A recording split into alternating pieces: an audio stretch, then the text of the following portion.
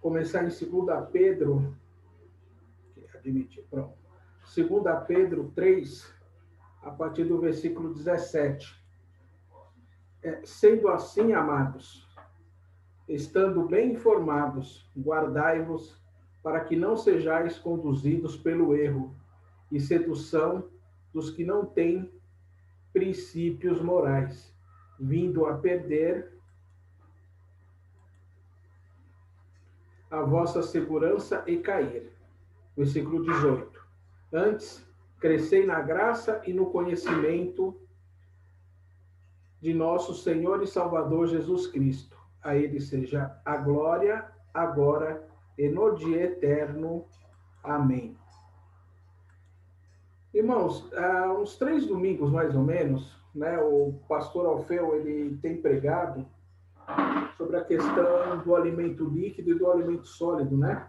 Não necessariamente com essas palavras, mas com essa intenção que o apóstolo Paulo, né, ele fala, né, da questão do alimento líquido, do leite e do alimento sólido. Porque eu creio que o pastor Alfredo ele tem recebido uma visão do Senhor de como o Senhor quer a nossa igreja, de como o Senhor quer a nossa comunidade, né? E se nós vemos essa carta, né, de Pedro, ele dá o mesmo enfoque que o pastor ele deu, né? Ele tem dado essas semanas nessas ministrações, né? Naquela época, o apóstolo Pedro se preocupava com o crescimento espiritual dos seus discípulos, né? Para que eles estivessem firmes. Por quê? Ele temia que, pela falta de conhecimento, eles ou caíssem, né? Ou dessem como verdade coisas que não são verdades, né? E aí nós não estaríamos na rocha, né? Eles estariam firmados, porém não estariam firmados na rocha que é Cristo, né? Aí eu faço um questionamento para os irmãos. A fé é um dom exclusivo nosso? Não é. Pois as outras religiões, as pessoas têm fé, às vezes, mais fé do que nós mesmos. Pois elas não duvidam dos seus deuses e elas não ficam brincando de serem fiéis. Né? Se os irmãos lerem como que uma pessoa da Ubanda aí, do candomblé, ela faz a cabeça, ela se torna pai de santo ou mãe de santo, é um processo dificílimo. E eles vão, com toda a razão deles, né? E se você pega outras religiões, né? O foco delas, eles têm muito mais preparo, né? Da mesma forma que Jesus, com, salvo engano, 11 anos ou 12 anos, ele admirava os mestres, porque ele tinha que ser lá, depois que ele era apresentado como bebê, depois de seus 10, 11 anos, mais ou menos, ele tinha que ir de novo, né? E ele era questionado sobre tudo, né? E nós não, né? Nós aceitamos a Jesus, e aí nós passamos a viver, com todo respeito, muitos de nós, de migalhas. O que é migalha?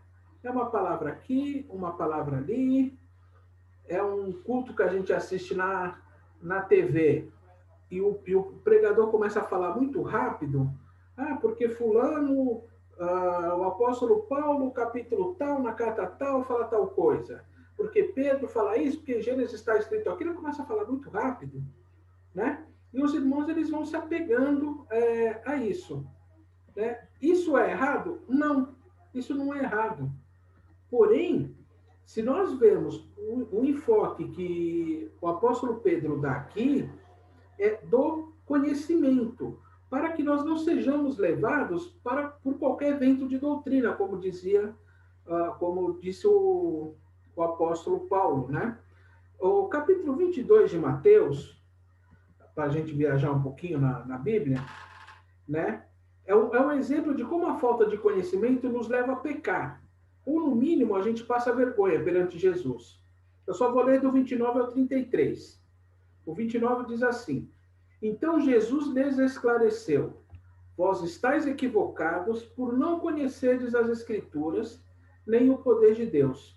Na ressurreição, as pessoas não se casam, nem são dadas em patrimônio. São, todavia, como os anjos do céu. E, com relação à ressurreição dos mortos, não tendes lido o que Deus vos declarou.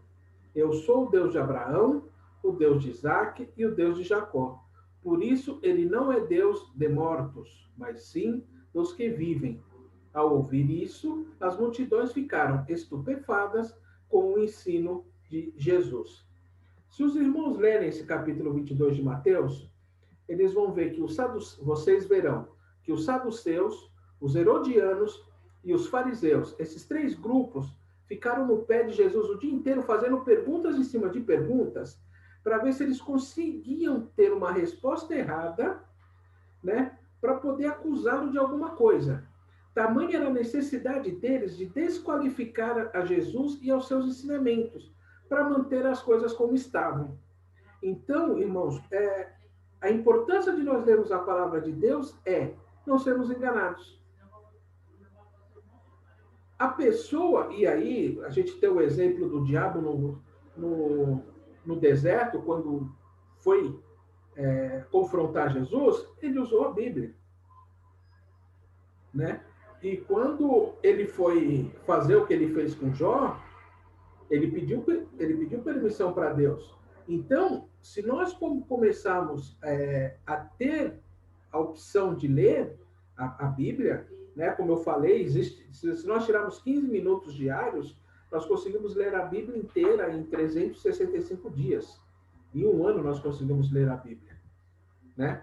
Mas, voltando para Pedro, nessa carta, você vai notar um homem, se nós pegarmos Pedro, como ele conheceu Jesus, era um Pedro.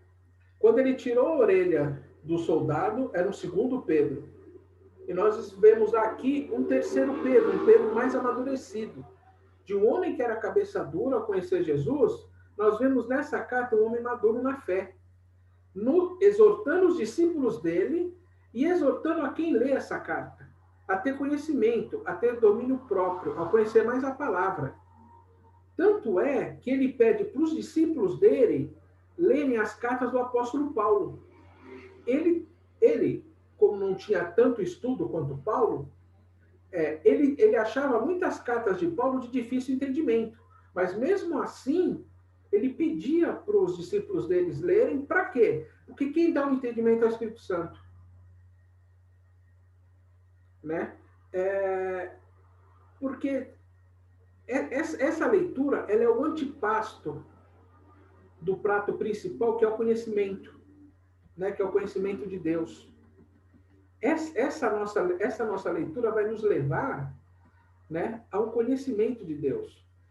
Eu me lembro quando eu ainda morava na Zona Norte, eu tinha a chave da igreja que eu frequentava. Eu fui num culto de quarta-feira, eu era o primeiro a chegar, eu ficava na mesa de som e no data show. E chegou uma menina do louvor. Uns 20 minutos antes de começar um culto, entrou um rapaz meio bêbado. Aí fui conversar com ele, aí ele ficava assim: irmão, vamos conversar. Aconteceu tal coisa comigo, mas como diz em João, capítulo tal, versículo tal, isso. E ele começou a fazer isso direto. E cada vez que ele fazia isso, falava um versículo, eu chamo isso de endereço, né? Eu chamo de endereço. Quando ele fala o versículo, o capítulo, tudo direitinho e fala. Ele dava um sorriso com o canto da boca, com a intenção de me provocar. Aí depois que ele ficou uns 10 minutos falando comigo, eu bati o ombro, eu bati com a mão no ombro dele e falei: irmão, eu não tenho conhecimento bíblico que o irmão tem. Eu não conheço tantos endereços como o senhor conhece. Aí eu bati forte nas costas dele e falei: mas uma coisa eu tenho certeza, se você não se arrepender do seu pecado, você não largar tudo que você está fazendo e não voltar para os caminhos de Jesus, você vai para o inferno. Ele arregalou os olhos, se levantou e saiu correndo. Então, quando a pessoa ela tem uma leitura e ela entende, e ela lê como um livro apenas, ela não deixa o Espírito Santo trabalhar nela, não vai servir de nada. Existem muitos acadêmicos que leram a Bíblia inteira, mas eles não foram tocados, porque eles leram como se ela fosse um livro. Eles não leram a palavra com referência a Jesus, com referência a Deus. Eles não entendem que esses 66 livros são um conjunto de promessas da vinda de Jesus no Antigo Testamento, né? Eles são a promessa da vinda de Jesus no Antigo Testamento e a vinda de Deus e a ressurreição. Eles não entendem isso, né? A segunda carta de Pedro, ela foi escrita um pouco antes dele ser morto a mando de Nero. Ele estava preocupado com o legado que os seus discípulos levariam para o resto da vida deles. Vejam que naquela época, por essa preocupação, nós entendemos que naquela época já existiam falsos profetas. Nós notamos uma preocupação do apóstolo, mas também existiam pessoas sem nenhum entendimento espiritual. Como eu disse anteriormente, leia as epístolas, né, como se fossem livros e não tinham discernimento, né? Eu creio que a batalha do ministério Graça do Senhor Jesus, eu creio que o trabalho que Deus colocou na mão do pastor Alfeu e ele dividiu conosco, que nós fazemos parte, né, é que todo esse povo aqui da live, o povo que está indo na igreja, esteja na Nova Jerusalém, né? Então nós temos que ser as noivas prudentes. Nós temos que fugir o máximo possível da aparência do mal, e nós vamos conseguir isso como? Com experiências e com a leitura. Porque a leitura vai fazer com que quando nós estivermos sendo tentados, quando nós estivermos sendo confrontados, nós lembremos da palavra. O Espírito Santo ele vai nos dar uma palavra, só que ele só vai dar uma palavra que a gente já conhece. Se a gente não conhece nada da Bíblia, ele pode agir, mas a gente vai ficar sem saber a quem dar graças. Em última instância, nós podemos falar o quê? Que é sorte? Eu acho que não. Para a gente encerrar, eu quero ler o capítulo 1, né, do mesmo livro de 2 Pedro, o versículo 19 a 21. Sendo assim, temos ainda a mais concreta a palavra dos profetas, e fazeis muito bem em prestar atenção a ela, como a uma candeia que brilha nas trevas, até que todo dia se ilumine, e a estrela da alva nasça em vossos corações. Antes de tudo, sabei que nenhuma profecia da Escritura provém de interpretação pessoal, porquanto jamais a profecia teve origem na vontade humana, mas homens santos falaram da parte de Deus, orientados pelo Espírito Santo. Vejam que nesse versículo 20, eu li 3 versículos, vejam que no 20, ele fala que nenhuma profecia vem de homens. É o mesmo princípio que Paulo fala sobre os dons em 1 Coríntios. E como a gente vai saber diferenciar? Através da leitura da palavra. Todo país tem uma Constituição. Então, se você não leu a Constituição do nosso país, a Constituição brasileira, e fez alguma coisa errado, os legisladores, os juízes têm direito de nos condenar. E nós não vamos poder reclamar, porque está ali a lei. A lei está ali. Você não cumpriu a lei. Se você conhece a lei ou não, o juiz parte do pressuposto que você conhece a lei, porque ela está lá. E qual é a nossa Constituição? Nós que somos enxertados na videira, nós que somos colocados enquanto filhos. Jesus é o nosso irmão mais velho, né? Ele é o primogênito de muitos. Nós queremos ir para Nova Jerusalém. Nós queremos estar com Deus no céu. Então, a nossa Constituição é a Bíblia. Então, se nós não conhecemos a nossa Constituição, nós vamos errar. O justo juiz vai nos julgar.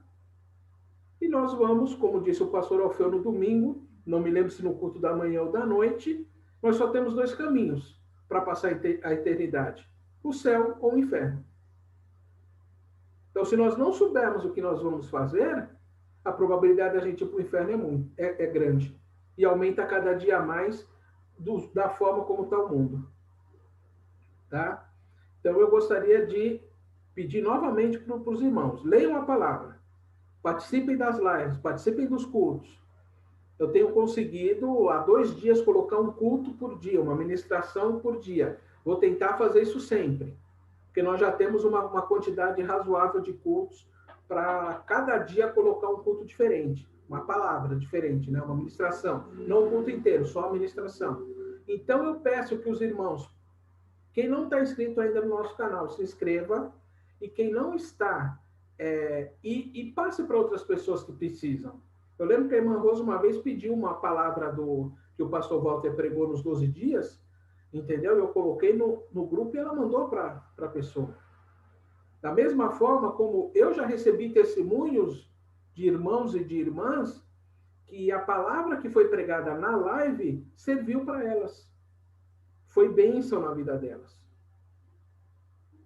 Né? Então, vamos pedir para as pessoas se inscreverem no canal e vamos divulgar. A fé vem do ouvir a palavra de Deus, mas nós temos também que estudar as Escrituras. Eu peço perdão pelo avançar da hora e passo a palavra para o pastor Alfeu para que ele possa orar por nós. Amém. Graça e paz